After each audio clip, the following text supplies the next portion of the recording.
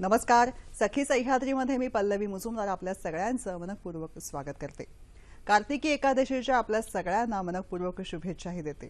याचबरोबर तुलसी विवाहाला आज प्रारंभ होतो आहे आणि त्याचबरोबर चातुर्मास समाप्ती होते. तुलसी विवाह प्रारंभ किंवा लग्न सराईचे हे दिवस सुरू झाले म्हणजे एका वेगळ्या पर्वाची ही नांदी असते. पण त्याचबरोबर एक महत्त्वाची गोष्ट घडती आहे ते म्हणजे भारतीय अर्थक्षेत्राच्या क्षितिजावरती सध्या नव्या पर्वाचे पडघम वाजतात. जेव्हा आपण असं म्हणतो तेव्हा भारत हा विकसनशील देश आहे. विकसनशील देशामध्ये प्रगती बदल हे परवलीचे शब्द आहेत असं म्हणत असताना आपला देश या परवलीच्या शब्दांना घेऊन बदल घडवण्यामध्ये अग्रेसर असलेले एक राष्ट्र आहे असं आपण सगळे अभिमानाने म्हणू शकतो. याचं कारण आपण सगळेच जाणतो. बदल ही गोष्ट लक्षात घेत माननीय प्रधानमंत्र्यांनी एक घोषणा केली आहे आणि त्या दृष्टिकोनातून 500 आणि 2000 रुपयाच्या नवीन नोटा या चलनामध्ये आलेल्या आहेत.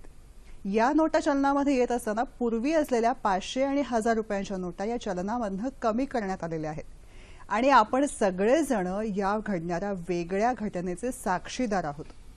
या सगळ्या गोष्टींचा विचार करत असताना एक प्रकर्षाने गोष्ट जाणवते ती म्हणजे हा बदल जो घडतो आहे यापूर्वी सुद्धा नोटा चलनामध्ये येणं किंवा चलनामधून कमी होणं या गोष्टी घडलेल्या आहेत. पण यावेळी नेमकं असं काय घडलेलं आहे, या घटनेचे नेमके कंगोरे काय आहेत जेणेकरून आपल्या सगळ्यांना त्याविषयी औत्सुक्य तर आहेच आहे, पण काही प्रमाणामध्ये नको तिथे एक वेगळी काही घिसाडघाई झालेली दिसते. का असं घडतं आहे? अशा पद्धतीची एखादी अर्थव्यवस्था एखादं मोठा सरकार हे निर्णय घेत असतो, लोकशाहीमध्ये हा निर्णय अंमलामध्ये येत असतो. त्या पार्श्वभूमीवरती बघत असताना गोंधळण्याचं, बावरून जाण्याचं आणि घिसाडघाई करण्याचं काही कारण आहे का? सगळ्या गोष्टींबाबत आज आपण अतिशय मुळापासून ते पूर्णपर्यंत विचार करणार आहोत. या सगळ्या गोष्टींमध्ये वेगवेगळे कप्पे काय आहेत, तुमच्या आमच्या मनातल्या शंका काय आहेत, या सगळ्याचं समाधान करण्यासाठी हा जनजागृतीपर विशेष भाग आहे. आणि यासाठी मार्गदर्शन करणारी अतिशय 2 तज्ज्ञ मंडळींना आपण आमंत्रित केलेलं आहे. त्यांची ओळख करून घेऊया. भूषण लघाटे सर आणि विश्वास उटगी. नमस्कार सर, आपल्या दोघांचंही मनपूर्वक स्वागत करते. आपले तज्ज्ञ भूषण लघाटे सर यांच्याविषयी सांगायचं म्हणजे रिझर्व्ह बँक ऑफ इंडियाचे मॅनेजर म्हणून सर कार्यरत आहेत. डिपार्टमेंट ऑफ करन्सी मॅनेजमेंट अर्थात मुद्रा प्रबंधक विभागामध्ये सर काम करतात. आपले दुसरे पाहुणे आहेत विश्वास उटगी. विश्वास उटगी सरांविषयी सांगायचं म्हणजे ऑल इंडिया बँक असोसिएशनचे ते उपाध्यक्ष आहेत. महाराष्ट्र स्टेट बँक एम्प्लॉईज फेडरेशनचे ते जनरल सेक्रेटरी आहेत. आज दोघांकडनं आपण जाणून घेणार आहोत की नोटा बदल नेमका काय आहे, आपण कशा पद्धतीने करणार आहोत. विषय काय आहे आपल्याला माहिती आहेच आहे, बघून घ्या चटकन.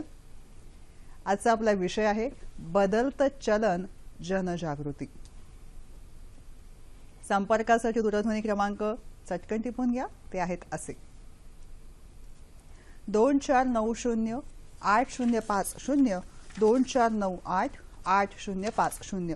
मुंबई बाहेरचे प्रेक्षक आणि मोबाईलवरून संपर्क साधताना 022 हा एसटीडी कोड आहे. छोटीशी विनंती, प्रश्न विचारताना टीव्ही सेटचा आवाज थोडासा कमी ठेवा जेणेकरून आमचा आवाज तुमच्यापर्यंत व्यवस्थित पोहोचू शकेल.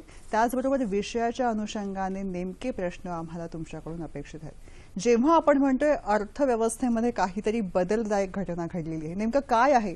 माननीय प्रधानमंत्र्यांनी आपल्या देशाला उद्देशून जे भाषण केलेलं आहे त्याची ध्वनिचित्रफीत आपण चटकन बघूया. घटना काय घडलेली आहे त्याचा एक पटकन आढावा घेऊया.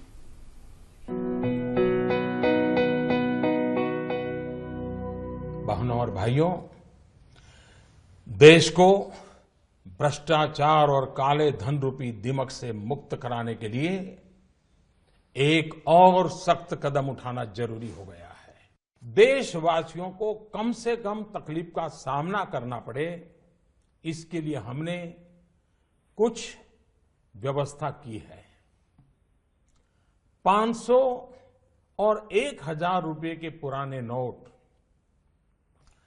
10 नवंबर से लेकर 30 दिसंबर 2016 तक आप अपने बैंक या डाकघर पोस्ट ऑफिस के खाते में जमा करवा सकते हैं. आपके पास लगभग 50 दिनों का समय है. अतः नोट जमा करने के लिए आपको अफरा तफरी करने की कोई आवश्यकता नहीं है. अतिशय नेमकेपणाने नेमके मुद्दे आपल्या समोर उलगडलेले आहेत. 50 दिवसांचा कालावधी आहे. अफरातफरी करण्याची काहीही आवश्यकता नाही. भूषण लघाटे सर, तुमच्याकडे आधी येईल की मुळात हे नेमके मुद्दे असताना सुद्धा एक वेगळाच हाहाकार माजलाय का? नेमकं काय घडलेलं आहे आता? मुळात हा डिसिजन हा सरकारने घेतला आहे तो 3 गोष्टींकरता घेतला आहे की फेक इंडियन करन्सी नोट्स या भारतामध्ये खूप मोठ्या प्रमाणात चलनात होत्या. तसंच ह्या ज्या नोटा होत्या फेक करन्सी नोट्स त्या बऱ्याचशा टेरर फंडिंग करता पण वापरल्या जात होत्या.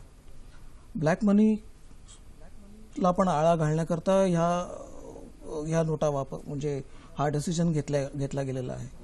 माझ्या मते त्याच्यामुळे हा डिसिजन अचानक आल्यामुळे लोकांच्या मनात एक थोडीफार भीती निर्माण झाली असावी असं मला वाटतं की आता आपल्याला या नोटांचं करायचं काय, आणि त्याच्यामुळे एक थोडीफार पॅनिक सिच्युएशन निर्माण झाली आहे. पण माझ्या मते कोणालाही याच्याबद्दल काही चिंता करायची गरज नाही, कारण सरकारने जाहीर केलेलं आहे की या सगळ्या नोटांची पूर्णपणे व्हॅल्यू तुम्हाला मिळेल. जेव्हा त्या बँकिंग चॅनलमधून रूट केल्या जातील तेव्हा त्याची पूर्णपणे व्हॅल्यू तुम्हाला मिळणार आहे. त्यामुळे माझ्या मते कोणालाही चिंता करायचं तितकंसं कारण नाही. नक्कीच महत्त्वाचं वाक्य. उटगी सर, जेव्हा ह्या नोटा ज्या आहेत त्या आपल्या नवीन नोटा मिळणार आहेत याचा एक आनंद आहे, त्या नवीन नोटा मिळण्यापूर्वी ह्या आमच्याकडे असलेल्या जुन्या नोटांचं काय करायचं? प्रश्न हाच आहे. लोकांनी चिंता करण्यापेक्षा आपल्याकडच्या 500च्या नोटा आणि 1000च्या नोटा या 50 दिवसामध्ये प्रचंड गोंधळाचं वातावरण टाळून आणि पॅनिकी सिच्युएशन टाळून आपण बँकेमध्ये कशी जमा करू शकतो याचा आपण विचार करावा. बहुतेकांची बँक खाती असतात हे शहरांमध्ये. मी एक बँक कर्मचाऱ्यांचा नेता असल्यामुळे मी सांगू शकतो की आम्ही 35 ते 40% लोकांपर्यंतच नागरिकांची बँक खाती उघडू शकलो. त्यामुळे 125 कोटीच्या जनतेमध्ये 40 कोटी जनतेची खाती आहेत की प्रत्येक नागरिकाचं खातं असावं हे बँकांचं उद्दिष्ट आहे. आता या निमित्ताने ज्यांचं बँक खातं नाही त्यांनी पॅन कार्ड किंवा आधार कार्ड किंवा वोटर कार्ड घेऊन जाऊन केवायसी नाम ज्याला म्हणतात ते खातं उघडावं, आणि त्या ठिकाणी येत्या काही दिवसामध्ये आपल्याकडे जर कॅश असेल, बरेचसे शेतकरी बंधू आहेत, कष्टकरी बंधू आहेत, मोलकर्णीसारख्या अनेक घरामध्ये काम करणारे आहेत, डोमेस्टिक वर्कर्स किंवा आणखी बरेच असे लोक आहेत की ज्यांची बँक खाती नाही आहेत, त्यांनी ते खातं उघडावं आणि आपले बँकिंग ट्रान्झॅक्शन करण्याची सवय लावावी. हे आज एक महत्वाची गोष्ट या निमित्ताने येईल समोर आणि ती करावी त्यांनी. आणि बँकांनी याकरता या सर्व जनतेला आजपर्यंत ती बँकिंग व्यवस्थेमध्ये आली नाही त्यांना बँकिंग व्यवस्थेमध्ये आणण्याची संधी समजून त्यांची अकाउंट्स उघडून घ्यावी, काळजीपूर्वक उघडून द्यावी, मदतीच्या भावनेने उघडून घ्यावी.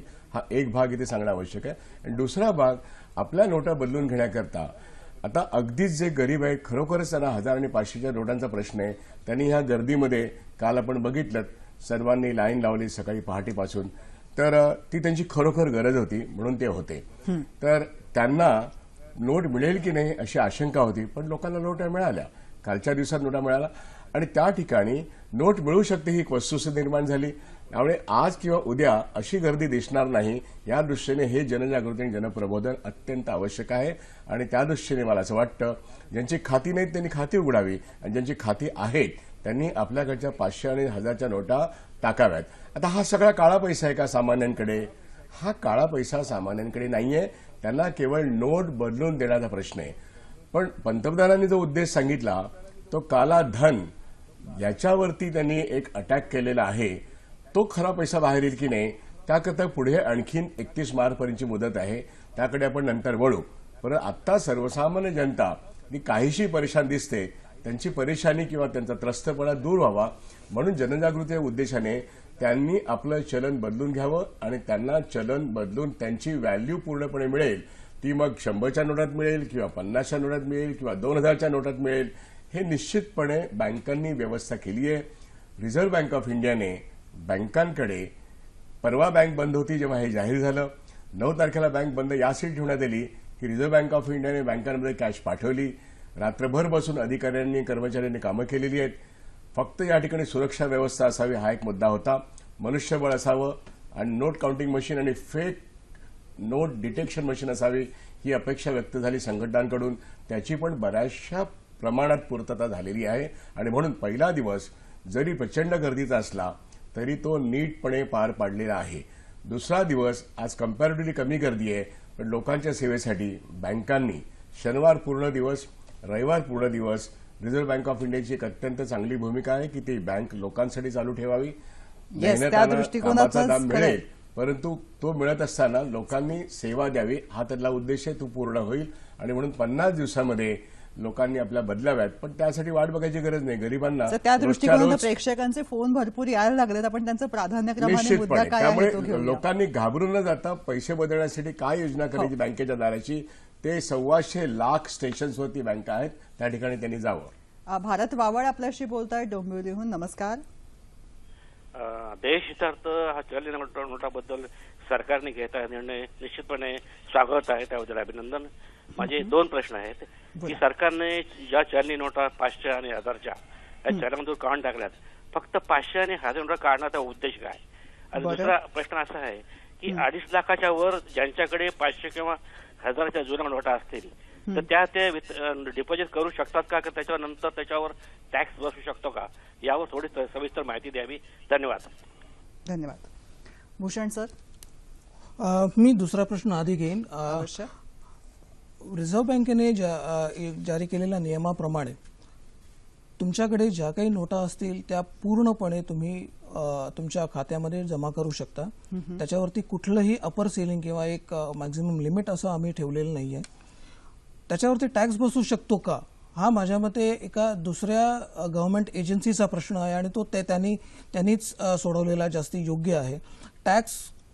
टॅक्सेशन हा ऍस्पेक्ट इन्कम टॅक्स यांनी बघायचा आहे, तर त्यामुळे ह्याच्याबद्दलचा निर्णय ते ठरवू शकतील. 500 आणि 1000च्या नोटा का,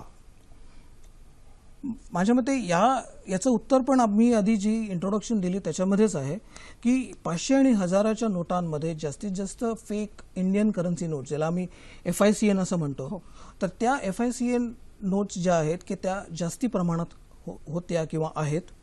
पुन्हा त्याचा वापर बऱ्याचशा इलिगल गोष्टींकरता किंवा ब्लॅक मनी करता होत होत्या आणि त्यामुळेच सरकारने आणि रिझर्व्ह बँकेने हा डिसिजन घेतलेला आहे. यामध्ये विश्वास तुम्हाला काय सांगायचं? हो, निश्चितपणे मला सांगायचंय की एकूणच ज्या नोटा चलनामध्ये आहेत त्यात 500 आणि 1000च्या नोटा हे माझ्या माहितीप्रमाणे रफली 85 ते 86% आहेत. बरं. त्यामुळे एवढ्या मोठ्या प्रमाणात चलनी नोटा आणि हाय डिनॉमिनेशनच्या आहेत.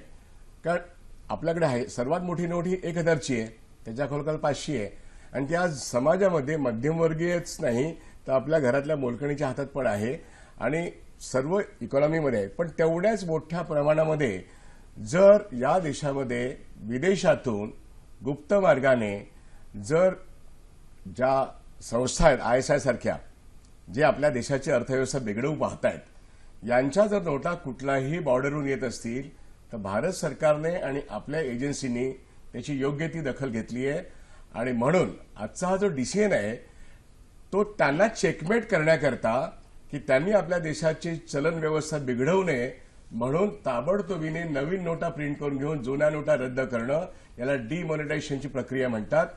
हे जे सरकारचं पाऊल आहे, हे जे रिझर्व्ह बँक ऑफ इंडियाचं पाऊल आहे, हे अर्थव्यवस्थेमध्ये बदमाशी करणाऱ्या लोकांना चोख उत्तर आहे आणि म्हणून त्याला सर्जिकल स्ट्राईक असं जे म्हणण्यात आलं ते त्या दृष्टीने योग्य आहे आणि म्हणून त्याकरता 500 आणि 1000च्या नोटा चलनातून बाद केल्या आणि ताबडतोबीने लोकांमधून घबराट होऊ नये म्हणून मग 500ची पण नवीन नोट, 2000ची नवीन नोट हे बाजारात आणून हा जो केऑटिक किंवा एक प्रकारचं घबराटीचं वातावरण शत्रू राष्ट्र करू शकत होतं किंवा शत्रू राष्ट्रांमध्ये अनेक राष्ट्र एकच नव्हे, त्यांना एक चोख उत्तर आहे आणि आपल्या लोकांमध्ये घबराट होऊ नये म्हणून त्याची ताबडतोब बँकिंग यंत्रणांमधून ती नोट बदलून देण्याची व्यवस्था करणं हे कौशल्यपूर्ण काम गेल्या 2 दिवसात चालू आहे.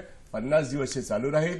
त्यामुळे दोन्ही प्रश्नांची मी उत्तर दिली. 500ची आणि 1000ची नोट का बदलण्यात यावी आणि त्याची पर्यायी व्यवस्था सरकारने आणि रिझर्व्ह बँक ऑफ इंडियाने केली आहे आणि म्हणून सर्वसामान्य लोकांनी हे दोन्ही उद्देश नीटपणे समजावून घेऊन आपल्याला आपली अर्थव्यवस्था ही दोषमुक्त किंवा जसं कॅन्सर झालेल्या माणसाला कॅन्सर हटवण्याचा एक प्रभावी मार्ग योजावा लागतो, तसा हा प्रभावी मार्ग सरकारने अचानक जरी आणला असला तरी सर, हा त्याच्यामध्ये नेमका एक मुद्दा तुम्ही मोठं धोरण मांडलेला आहे. आहे की आरबीआयचे भूषण सर आपल्याला सांगतील की नेमके आता पैसे सामान्य माणसांनी कशा पद्धतीने डिपॉझिट करावे आणि कशा पद्धतीने ते विथड्रॉ करावे, त्याविषयी काही नियमावली नेमकी जी आपण आखलेली आहे त्याविषयी.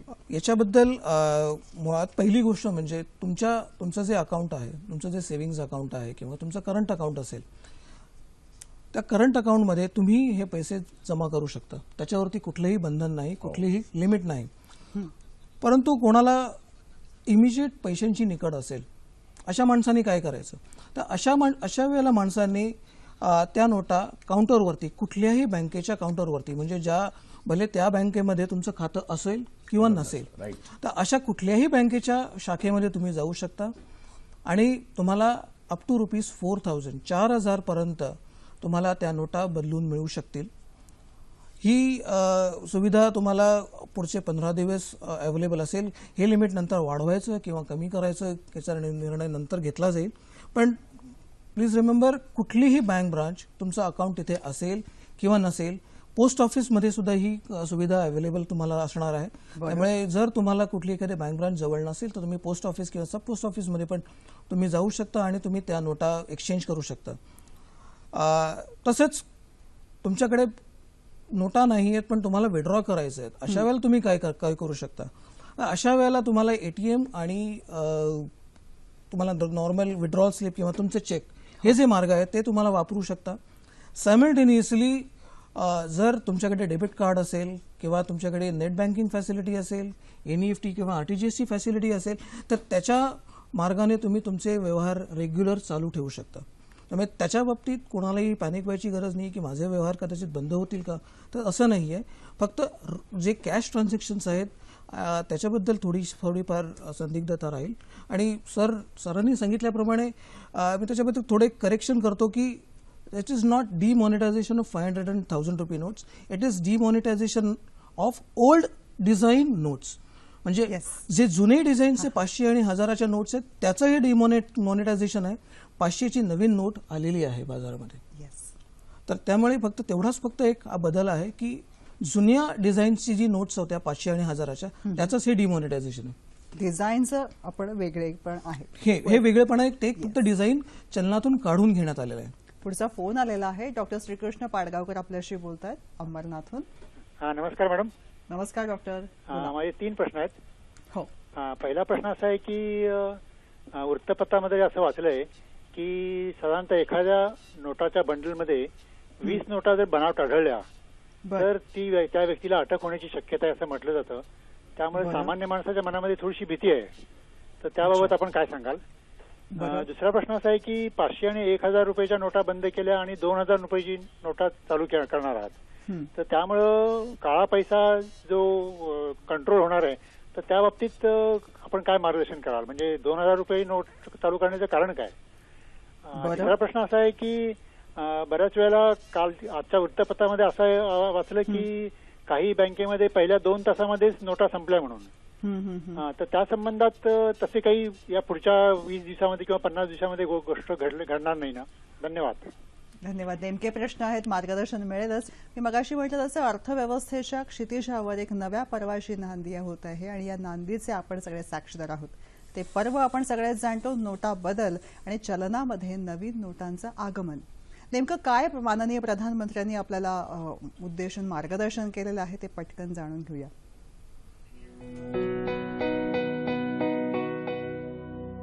बहनों और भाइयों, देश को भ्रष्टाचार और काले धन रूपी दिमक से मुक्त कराने के लिए एक और सख्त कदम उठाना जरूरी हो गया है. आपकी धनराशि आप ही की रहेगी, आपको कोई चिंता करने की जरूरत नहीं है. 500 रुपये या 1000 रुपये के पुराने नोटों को खाते में डालकर आप अपनी जरूरत के अनुसार फिर से निकाल सकते हैं. केवल शुरू के दिनों में खाते में से धनराशि निकालने पर प्रतिदिन 10,000 रुपया और प्रति सप्ताह 20,000 रुपए की सीमा तय की गई है। ऐसा नए नोटों की उपलब्धता को ध्यान में रखते हुए किया गया है। इस सीमा में आने वाले दिनों में वृद्धि कर दी जाएगी। खाते में जमा करने की सुविधा के साथ साथ एक दूसरी सुविधा भी दी जा रही है। 500 और 1,000 रुपए के पुराने नोटों को नए एवं मान्य नोट के साथ 10 नवंबर से 30 दिसंबर तक आप किसी भी बैंक या प्रमुख और उप डाकघर, हेड पोस्ट ऑफिस और सब पोस्ट ऑफिस के काउंटर से अपना पहचान पत्र जैसे कि आधार कार्ड, मतदाता कार्ड यानी कि वोटर कार्ड, पैन कार्ड सबूत के रूप में पेश करके आप नोट बदल सकते हैं। प्रारंभ में 10 नवंबर से 24 नवंबर तक 4,000 रुपया तक के पुराने 500 एवं 1,000 रुपये के नोट बदले जा सकते हैं। 15 दिनों के बाद यानी 25 नवंबर से 4,000 रुपये की सीमा में वृद्धि कर दी जाएगी।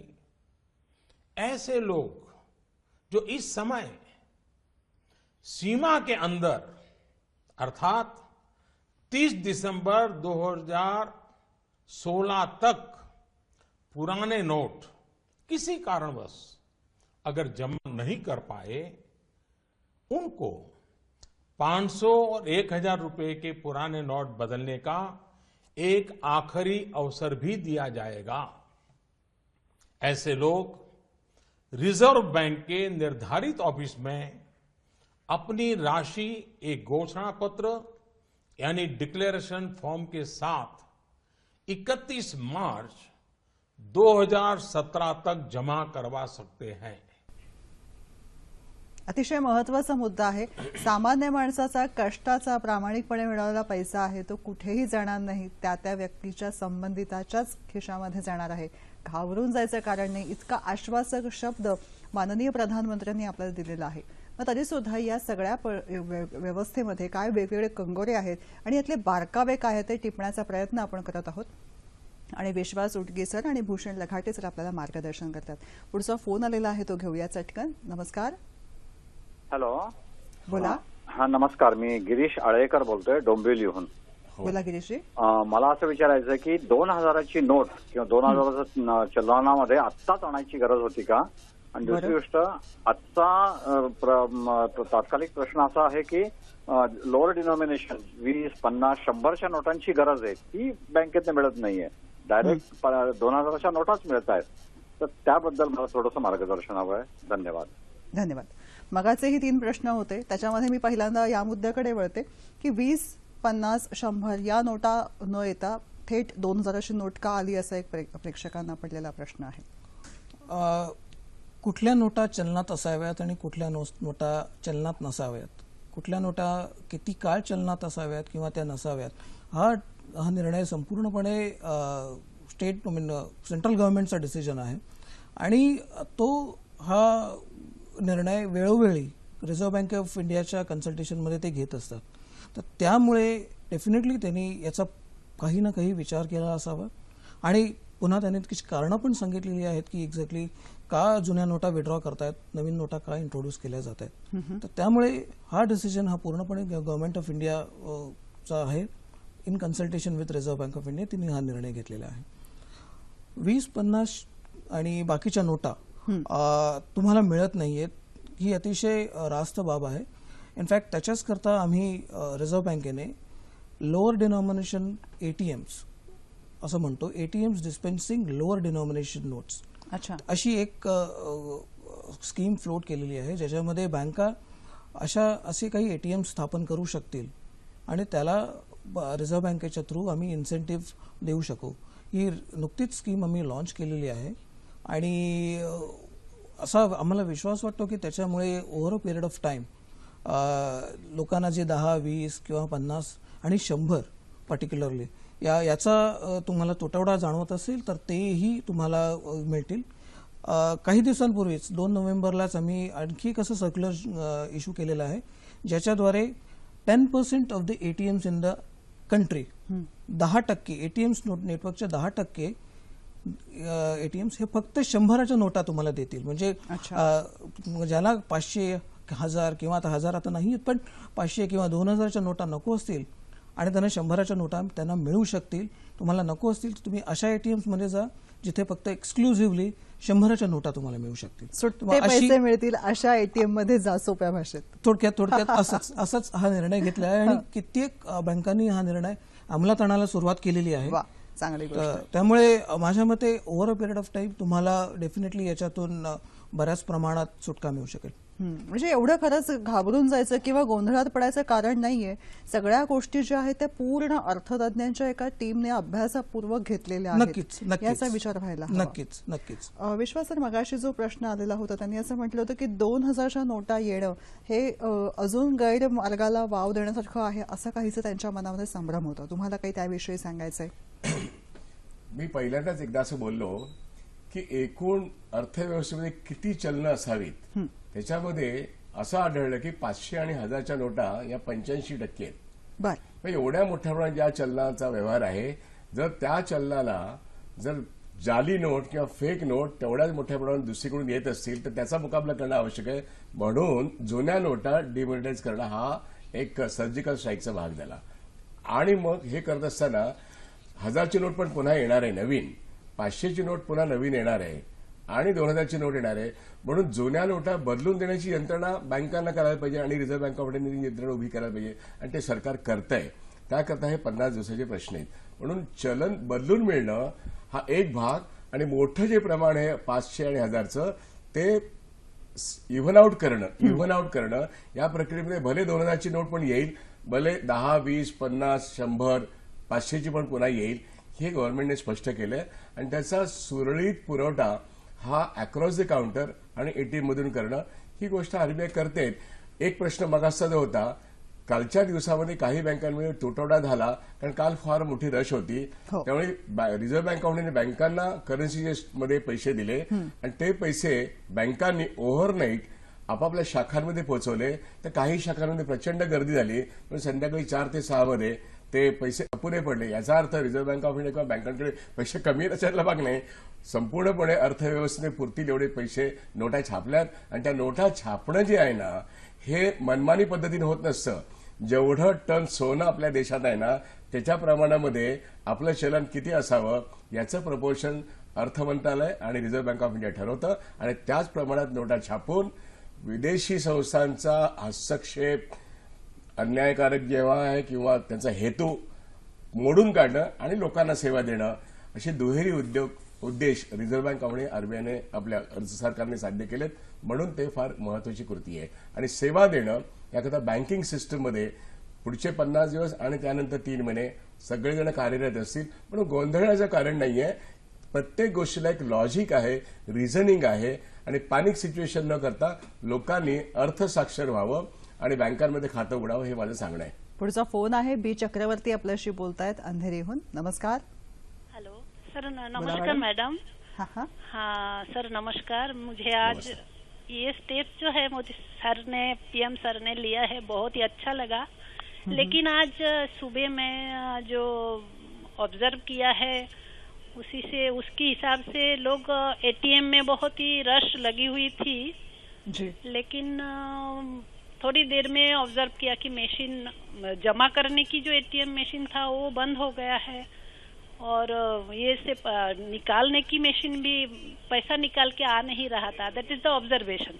ओके. तो आज इसके बारे में सर आप क्या बोलेंगे, इतना ही पूछना था. धन्यवाद. 500 आणि 2000च्या नवीन नोटा चलनामध्ये आलेल्या आहेत. नेमकं काय आहे या नोटांचं स्वरूप, कशा प्रकारे आपल्याला या वापरामध्ये आणता येऊ शकेल, त्याचबरोबर या डिझाईन कसं आहे, यातली सत्यासत्यता या सगळ्याविषयी आपण जाणून घेत आहोत आजच्या सखी सह्याद्रीमध्ये. तत्पूर्वी माननीय प्रधानमंत्र्यांनी आपल्याला पैसे चलनामध्ये येत असताना वेगवेगळे मार्ग काय आहेत ज्याद्वारे आपण पैशाचा योग्य प्रकारे वापर करू शकतो आणि योग्य मार्गांनी वापर करू शकतो, त्या सगळ्याविषयी त्यांनी माहिती दिलेली आहे. ती काय आहे नेमकी ते मार्गदर्शन ऐकूया.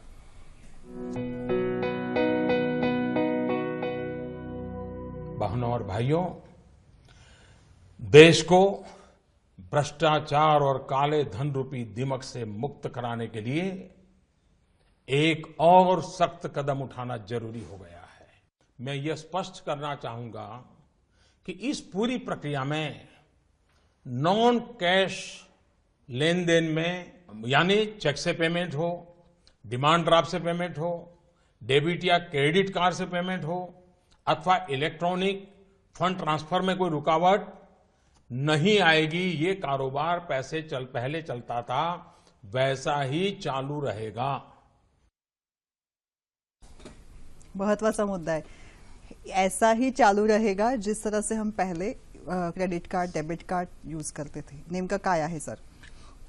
याच्यामुळे मुळात तुमची जी नॉर्मल ट्रान्झॅक्शन्स आहेत जी इंटरनेट बँकिंगच्या थ्रू होत होती, NEFT आहे, RTGS आहे, त्याच्यानंतर IMPS आहे, इमिजिएट पेमेंट सिस्टीम, आणि रिसेंटली लॉन्च झालेली UPI आहे म्हणा किंवा मोबाईल बँकिंग आहे. परत काही लोकांकडे मोबाईल वॉलेट सुद्धा आहेत.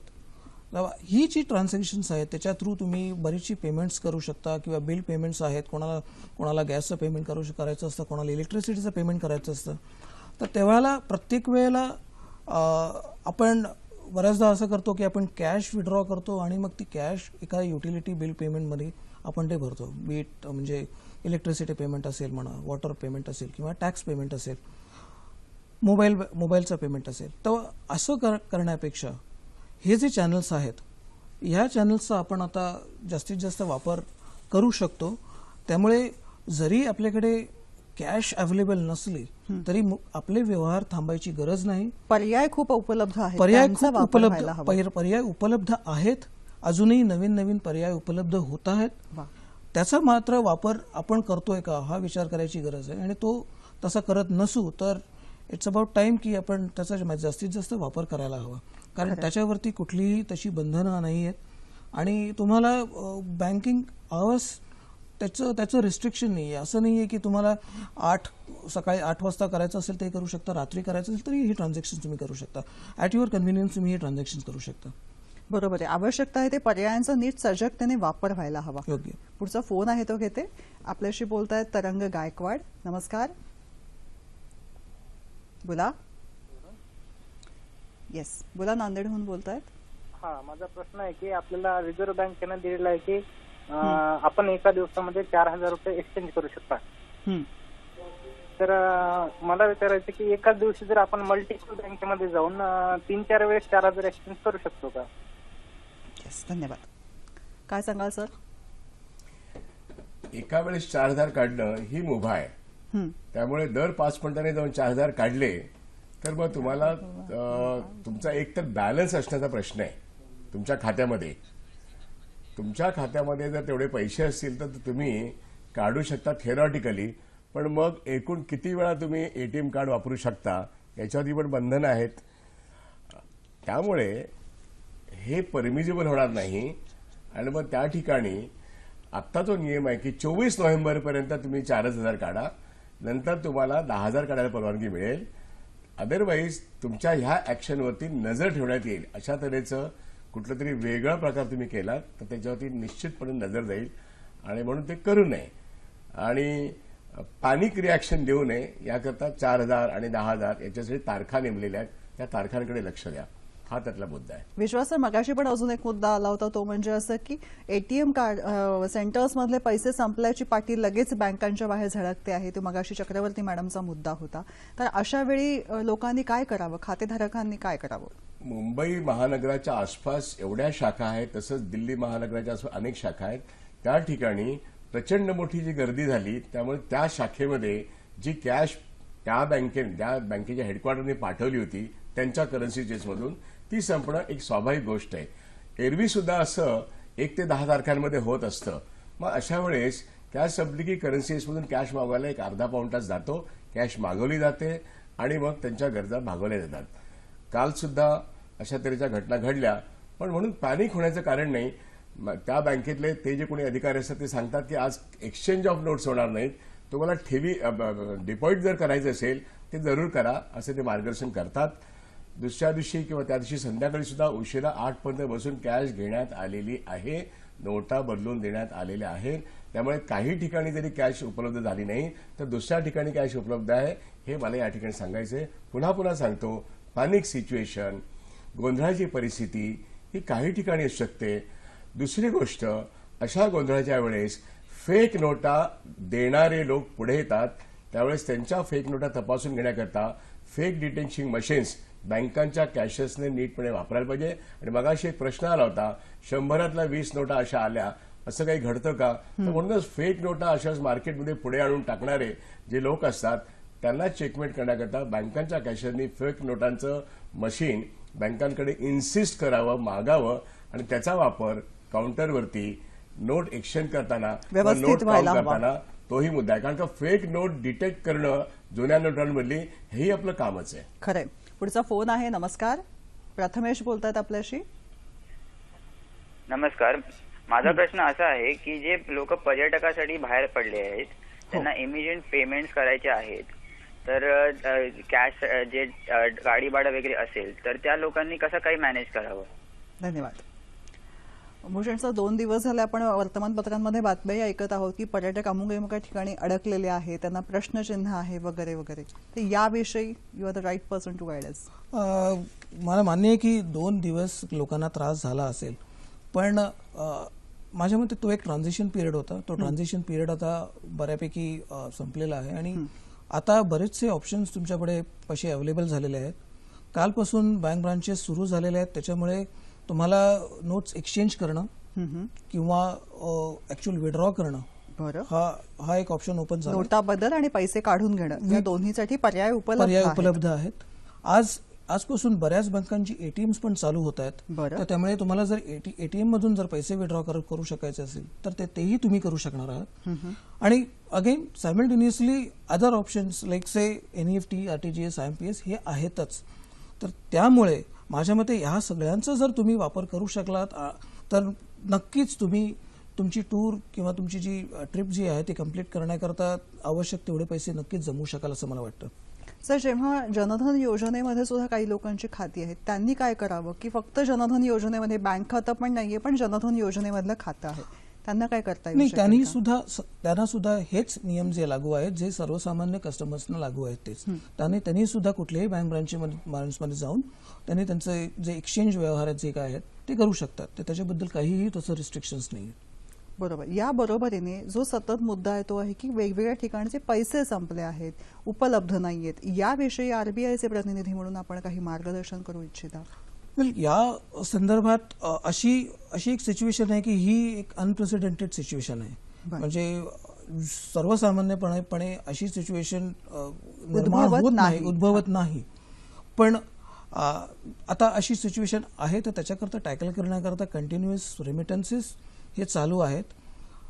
आवश्यक त्या प्रमाणात 100च्या नोटा पण प्रोव्हाइड करणं चालू आहे. प्लस 500च्या नवीन नोटा आणि 1000च्या नवीन नोटा पण आता वितरणात आणलेल्या आहेत. 2000च्या नोटा तर त्याही वितरणात आणलेल्या आहेत. लोकांना ऑलरेडी त्या मिळायला सुद्धा सुरुवात झालेली आहे. तर त्यामुळे काही दिवसांचा प्रश्न हा डेफिनेटली आहे, पण over a period of time त्याचं नक्कीच सोल्युशन मिळेल. आणि लोकांना इनफॅक्ट कालच मी इंटरनेटवरती बघितलं, बऱ्याच लोकांना सेल्फी काढून घेताना बघितलं की 2000च्या नोटा आम्हाला मिळाल्या. तर त्यामुळे मला वाटतं की ती एक फार मोर म्हणजे कम्फर्टेबल सिच्युएशन आहे की लोकांना आता नोटा मिळायला लागलेल्या आहेत. काही ठिकाणी ही सिच्युएशन अजून आलेली नसेल, पण काही दिवसात ही सिच्युएशन पण नॉर्मल व्हायला वेळ लागणार नाही. तुम्ही या महत्वाचा मुद्दा, नवीन नोटा ज्या आलेल्या आहेत त्या नवीन नोटामधली सत्य असत्यता याविषयी आपण काही सांगू इच्छिता? आणि या नवीन नोटांची पारख याविषयी एकतर त्या बँकांमधूनच आपल्याला सध्या घेणं आवश्यक आहे, ही तर क्रमप्राप्त आहेच आहे, पण या बरोबरीने एक थोडंसं औत्सुक्य आहे, थोडीशी घिसाडघाई होते. या सगळ्यामध्ये शांतपणे या नोटा सत्य आहेत की नाही हे पारखायचं कसं? ह्या नोटा पारखण्याकरता रिझर्व्ह बँकेने आमच्या वेबसाईटवरती त्यातली वैशिष्ट्ये काय आहेत याची एक पूर्ण यादी दिलेली आहे. तेव्हा माझ्या मते प्रत्येक माणसाने, जर तुम्हाला कुतूहल असेल, औत्सुक्य असेल किंवा तुम्हाला खरोखर व्हेरीफाय करायचं असेल ही नोट खरी आहे किंवा काय आपल्याला मिळालेली, तर डेफिनेटली तुम्ही ती सिक्युरिटी फीचर्स किंवा डिझाईन फीचर्स जी काय आहे ते तुम्ही बघू शकता. बरं, आत्ता तुम्हाला ह्या बँकातूनच मिळतात, त्यामुळे तसं काहीच तुम्हाला शंका घ्यायला वाव नाहीये. पण डेफिनेटली इन फ्युचर तुम्हाला तशी काही शंका आली तर माझ्या मते ही जी वैशिष्ट्य आहे, डिझाईन फीचर्स आहेत, ते डिझाईन फीचर्स तुम्ही बघू शकता. ते तुम्ही लक्षात ठेवून तुम्ही त्या नोटीची पारख करू शकता. बँकांमध्ये पण बऱ्याचदा आपण बघतो की ही डिझाईन फीचर्स जे आहेत, नो युअर बँक नोट या नावाने आपण बरेचसे फीचर्स आपण बघतो. तर ते फीचर्स माझ्या मते प्रत्येक माणसाने आता जाणणं आवश्यक आहे की त्याच्यामुळे हातात आलेली नोट ही खरोखर खरी आहे किंवा काय हे तुम्हाला ओळखता येऊ शकेल. सर, आता यामध्ये अजून एक महत्त्वाचा मुद्दा, आरबीआय प्रतिनिधी म्हणून तुम्हाला मी पुन्हा एकदा या मुद्द्याकडे येते की काही मंडळी अशी आहेत की पर्यटन म्हणा किंवा काही कामास्तव भारताच्या बाहेर आहेत आणि ती जवळपास 6 महिने कदाचित बाहेर असणारी काही मंडळी असू शकतील. अशा वेळी त्यांच्यापाशी असलेली 500 अथवा 1000च्या नोटा किंवा त्यांच्याकडे असलेले काही चलन या बाबतीमध्ये त्यांनी काय पावलं उचलावीत? केवळ त्यासाठी भारतामध्ये येणं हे शक्यही नसू शकेल कदाचित. अशा वेळेला एखादा मनुष्य जर कामानिमित्त बाहेरच्या देशांमध्ये गेला असेल तर त्या नोटा जर त्याने भारतात पाठवायची व्यवस्था केली, बरं, तर त्याने डेझिग्नेट केलेल्या एखाद्या रिप्रेझेंटेटिव्हच्या थ्रू त्या नोटा डिपॉझिट करू शकतात किंवा त्या नोटा बदलूही जाऊ शकतात. बरं, आता भारतात पाठवण्याची व्यवस्था नेमकी कशी करणार? भारतात पाठवण्याची व्यवस्था इट कुड बी एखादा नातेवाईक असेल किंवा एखादा रिलेटिव्ह असेल किंवा एखादा फ्रेंड असेल, त्यांच्या थ्रू तुम्ही पाठवल्यात तर तुम्हाला ती डेफिनेटली सुविधा तुम्हाला मिळू शकेल. 30 डिसेंबरच्या नंतरही तुम्हाला रिझर्व्ह बँकेच्या सिलेक्ट ऑफिसेसमध्ये ही फॅसिलिटी अवेलेबल असणार आहे. त्यामुळे जरी इमिजिएट कोणी बाहेर गावी असेल किंवा बाहेरच्या म्हणजे देशांमध्ये असेल आणि तुम्हाला परत येता येत नसेल तरी सुद्धा घाबरून जाण्याचं कारण नाही. तुम्हाला आणखी ही फॅसिलिटी 3 महिने अवेलेबल असणार आहे. आणि या बरोबरीने एनआरओ अकाउंट असलेली मंडळी आहेत त्यांना काही सांगायचं? त्यांना हे जे पैसे आहेत 500 किंवा 1000च्या जुना नोटा या त्यांच्या अकाउंटमध्ये डिपॉझिट करू शकतात आणि तुम्हाला त्यांची पूर्णपणे रक्कम मिळू शकते. सर, विश्वास तुम्हाला काय सांगायचं आहे? आता यांनी उत्तर दिलेलेच आहे की एक पुरेसा वेळ अशा लोकांकरता आहे की ते एकतर विदेशामध्ये भारतीय बँका आहेत त्या ठिकाणी ते कन्व्हर्ट करू शकतात, करन्सी एक्सचेंज करू शकतात आणि काही इथल्या त्यांच्या मित्रांकडे किंवा नातेवाईकांना अथॉरिटी लेटर देऊन तो प्रश्न सुटू शकतो. हाच मुद्दा आपल्या भारतामधल्याही लोकांमध्ये, एखाद्या व्यक्तीला खातं आहे पण जाता येत नाहीये बँकेमध्ये, वेळ नाहीये, तर मग दुसऱ्या व्यक्तीला पाठवण्यामागे काय काय कागदपत्रांची पूर्तता करणं आवश्यक आहे?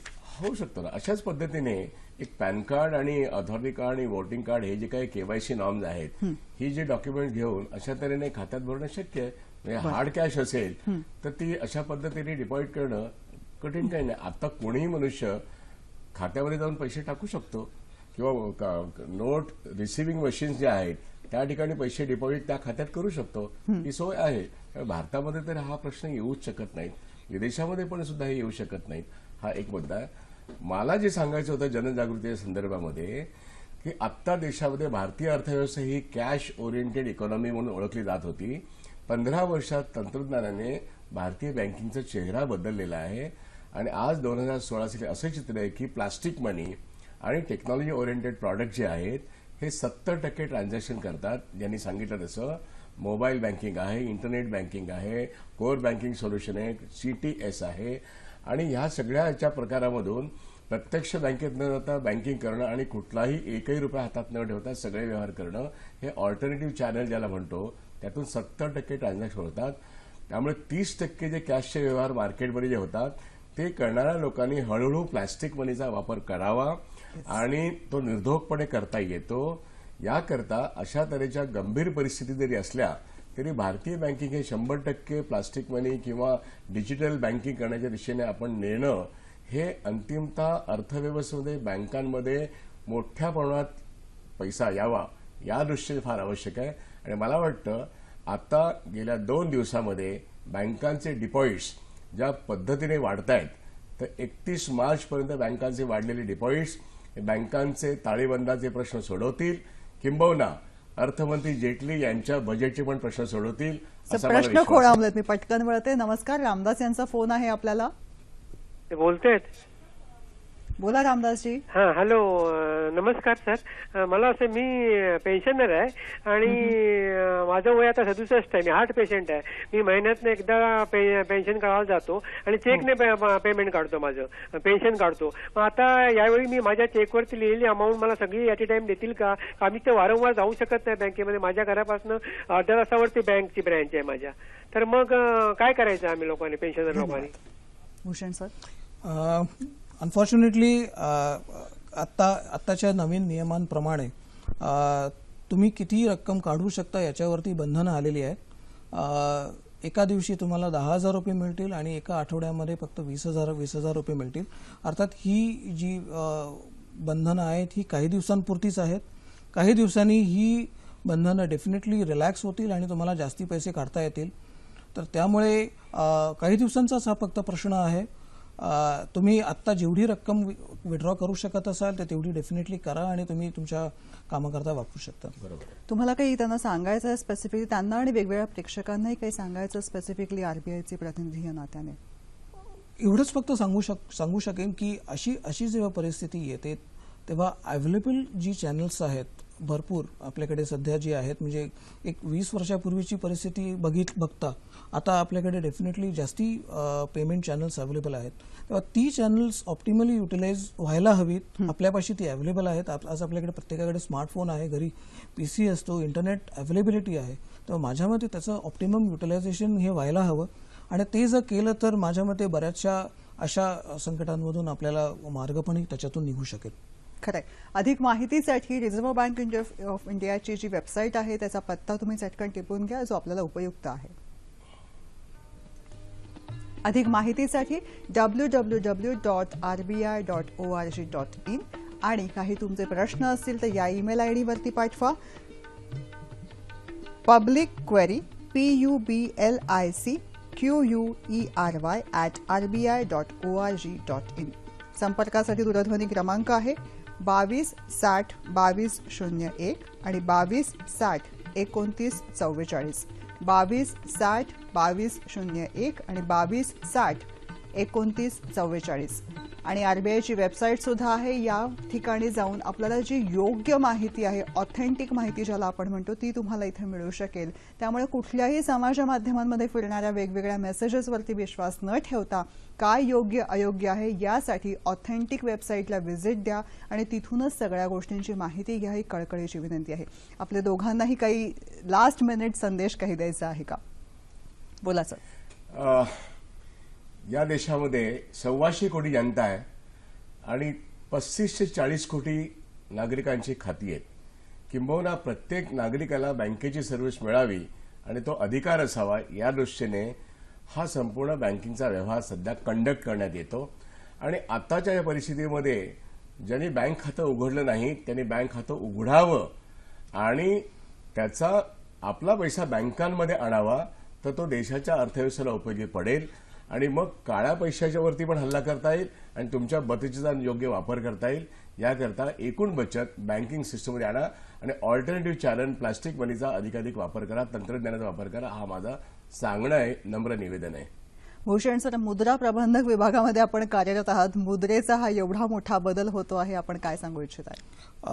माझ्या मते कुठल्याही बदल हा माझ्या मते इनिशियली लोकांना त्रासदायक ठरतो, पण unfortunately change is the new constant in this world.